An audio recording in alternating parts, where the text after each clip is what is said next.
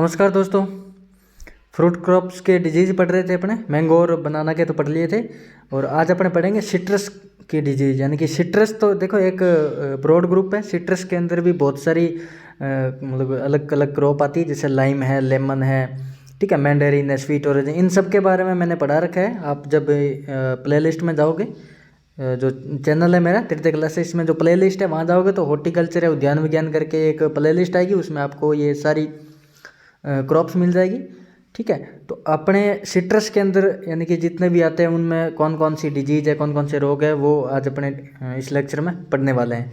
ठीक है, तो वीडियो को स्टार्ट करते हैं। मेरा नाम है गोविंद तृतीया और आप देख रहे हैं हमारे यूट्यूब चैनल तृतीय क्लासेस। सबसे पहले हम पढ़ेंगे सिट्रस कैंकर, जो सिट्रस की मेजर डिजीज़ है। ठीक है, मोस्ट इंपॉर्टेंट मेजर डिजीज़ है सिट्रस की। सिट्रस कैंकर बैक्टीरिया से होती है। उस बैक्टीरिया का नाम है जेंथोमोनास एक्जेनोपोडिस पीवी-सिट्री। तो ये इंपॉर्टेंट है, इसका कोजल ऑर्गेनिज्म जेंथोमोनास एक्जेनोपोडिस पीवी-सिट्री बैक्टीरिया है। ये बैक्टीरियल डिजीज है सिट्रस कैंकर। ओके, अब इसका वेक्टर भी याद करना है। ठीक है, मोस्ट इंपॉर्टेंट है इसका वेक्टर, यानी कि जो बैक्टीरिया है इसको ट्रांसफ़र का काम कौन करता है, एक जगह से दूसरी जगह ले जाने का काम कौन करता है, लीफ माइनर।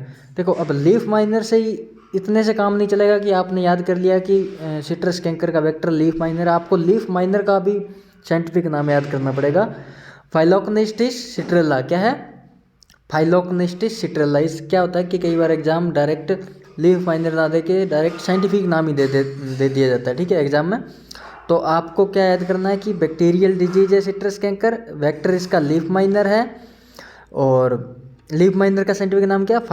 फाइलोक्नेस्टिस सिट्रेला। ठीक है, यहाँ तक समझ आया। इसके बाद सिम्टम की बात करें तो सिम्टम देखते हैं। सिम्टम इसके आपको लीव्स पर भी देखने को मिलेंगे, स्टेम्स पर भी देखने को मिलेंगे, आपको पत्तियों पर भी देखने को मिलेंगे, आपको जो टहनियाँ होती है वहाँ पर भी इसके सिम्टम देखने को मिलेंगे। किस टाइप के सिम्टम होते हैं?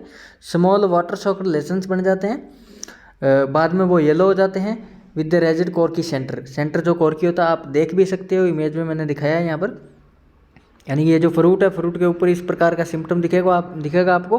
क्या होता है कि पहले तो ये वाटर सॉकेट होते हैं, छोटे छोटे लेसन होते हैं इस टाइप के। ठीक है, बाद में ये बड़े हो जाते हैं साइज में और येलो कलर के हो जाते हैं। इसका सेंटर जो होता है एकदम कोर्की हो जाता है, जिसे आप इमेज में देख रहे हैं। ठीक है, जो अफेक्टेड फ्रूट्स होते हैं ना, यानी कि इस डिजीज से जो अफेक्टेड फ्रूट्स है, can have scars and are often unmarketable. ठीक है, अनमार्केटेबल का मतलब होता है कि मार्केट वैल्यू डाउन हो जाती है, मार्केट वैल्यू कम हो जाती है। ठीक है, तो आपने जब आपने सिट्रस जब आप परचेज करते हो मार्केट में, आप इस प्रकार के जब सिट्रस आपने बहुत देखे होंगे तो वो कैंकर डिजीज से मतलब रोगित होते हैं। ठीक है, तो इस क्या करते हो आप, इस प्रकार के जो सिट्रस होते हैं उनको छांट के अलग कर देते हो, नहीं लेते हो। जो साफ़ सुथरे सिट्रस है वो लेते हो। क्यों?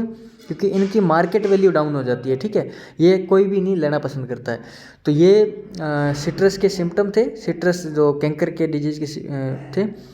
कंट्रोल करेंगे यानी कि मैनेजमेंट कैसे करेंगे? इरेडिकेशन करेंगे इन्फेक्टेड प्लांट। इरेडिकेशन का मतलब है जो भी इन्फेक्टेड जो प्लांट आपको दिखे उसको उखाड़ के कंप्लीटली बाहर फील्ड से रख देंगे। ठीक है, बाहर फेंक देंगे, डिस्ट्रॉय कर देंगे।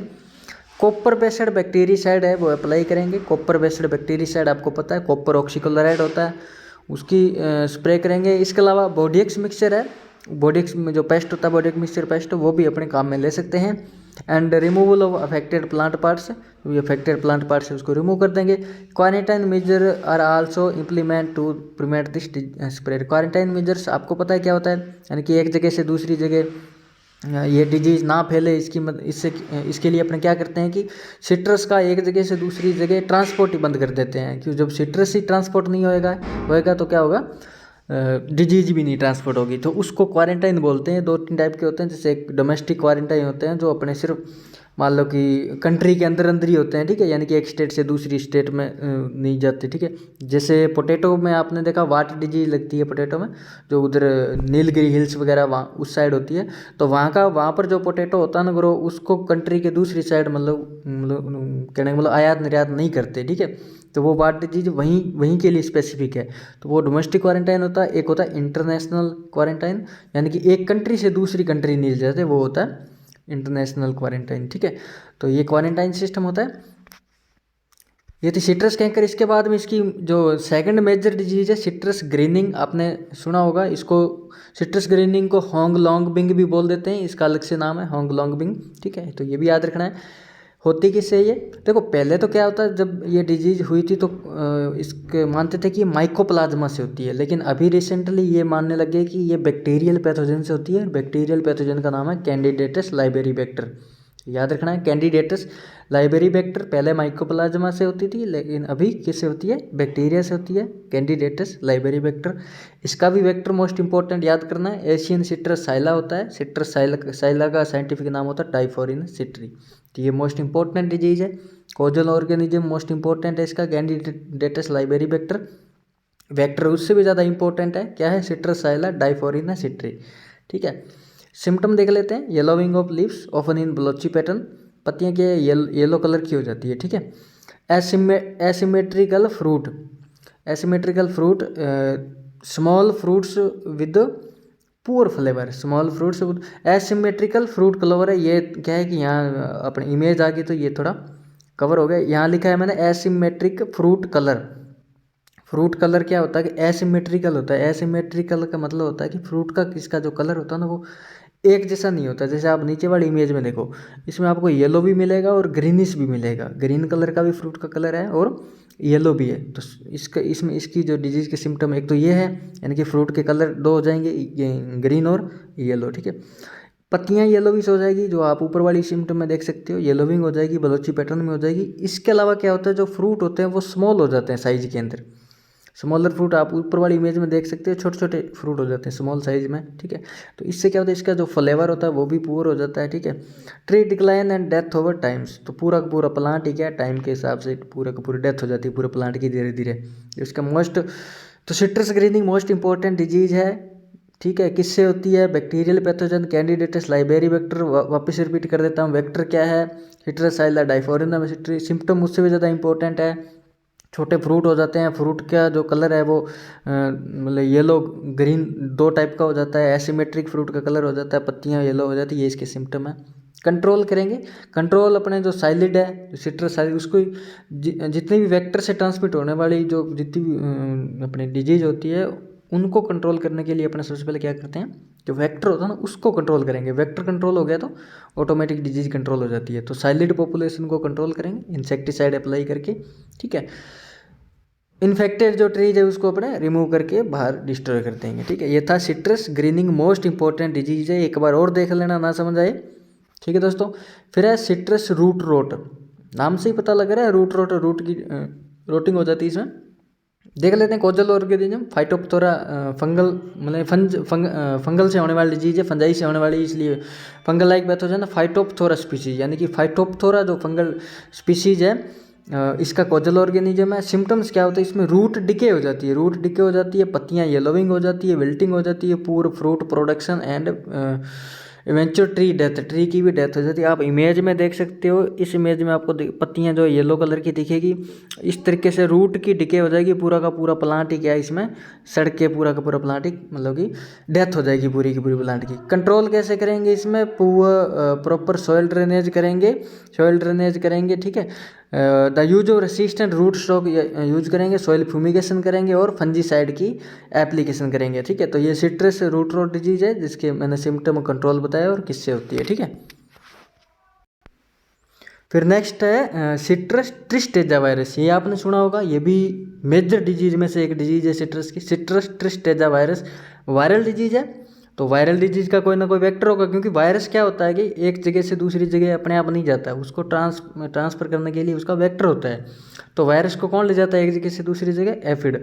अब एफिड भी कौन सा है? टोक्जोप्टेरा सिट्रीसिडा, ये इंपॉर्टेंट है, टोक्जोप्टेरा सिट्रीसिडा एफिड है, इसका वेक्टर है। ठीक है, सिम्टम देख लेते हैं क्या होता है। ट्री डिक्लाइन हो जाती है, stem pitting and gumming on the trunk, infected trees often show stunting, yellowing and reduced fruit yield. ठीक है, आप इमेज में देख सकते हो, येलोविंग हो जाती है, फ्रूट वगैरह है।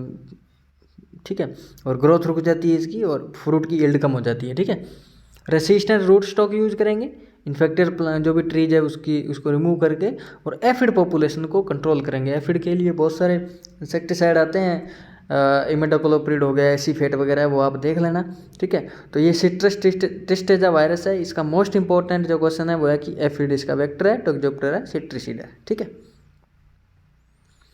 फिर नेक्स्ट है मेलानोज। ये डिजीज आपने नहीं सुनी होगी, तो ये सिट्रस के अंदर लगती है ये भी। मेलानोज इसका कॉजल ऑर्गेनिज्म है, फंगल पैथोजन है, डाइपोर्थेसिट्री। क्या है? डाइपोर्थेसिट्री। सिम्टम देख लेते हैं। सिम्टम इसमें क्या होता है कि डार्क कलर के rigid lessons on fruit and leaves पर मिलेंगे आपको, विच में effect fruit quality and marketability. आप इमेज में देखो, यानी कि आपको फ्रूट पर और पत्तियों पर दोनों पर सिम्टम देखने को मिलेंगे। किस टाइप के? रेजिड लेसन्स होंगे डार्क, ठीक है। इससे क्या हो जाएगी? फ्रूट की क्वालिटी कम होगी और मार्केटेबिलिटी, मार्केट वैल्यू भी कम होगी, ठीक है। कंट्रोल करेंगे फंगल डिजीज है तो फंजीसाइड अप्लाई करेंगे, और इन्फेक्टेड फ्रूट या प्लांट पार्ट है उनको अपने रिमूव कर देंगे, ठीक है। फिर नेक्स्ट है ब्राउन रोट। ये पोस्ट हार्वेस्ट रोग है, यानी कि अपने जब पिकिंग कर लेते हैं ना उसके बाद में होता है मेनली, तो ठीक है। वैसे भी होता है लेकिन मेनली पोस्ट हार्वेस्ट डिजीज है। फंगल पैथोजन है, मोनिलीनिया स्पीसीज है। सिम्टम कैसे होंगे? Browning and wrote of fruit after harvest. Harvest करने के बाद में क्या हो जाती है? फ्रूट रोटिंग हो जाएगी, ब्राउनिंग हो जाएगी, often starting at the stem and, ठीक है। ब्राउनिंग हो जाएगी, रोटिंग हो जाएगी। फिर मोस्टली क्या है, जो स्टेम एंड से इसकी ब्राउनिंग शुरू होती है, अब इमेज में देख सकते हो, स्टेम एंड से इसकी ब्राउनिंग धीरे धीरे पूरा फ्रूट ही ब्राउन कलर का हो जाता है और रोटिंग हो जाती है इसमें, इसलिए इसको बोलते हैं ब्राउन रोट। कंट्रोल कैसे करेंगे? Post harvest treatment like fungicide apply करेंगे, proper handling and storage condition cool and dry. तो ये इसका कंट्रोल है ब्राउन रोट का। फिर नेक्स्ट है गुम्मोसिस। ये भी आपने सुनी होगी। गुम्मोसिस भी एक इंपॉर्टेंट डिजीज, जिसको गोडाती बोल देते हैं, सिट्रस के अंदर होती है। किससे होती है? फंगल डिजीज है, फाइटोप्थोरा स्पीसीज से होती है, ठीक है। सिम्टम देख लो इसके, डार्क वाटर सोकड एरिया बन जाते हैं, formed in the bark and सोर स्मेल में अकर इन वेट कंडीशन।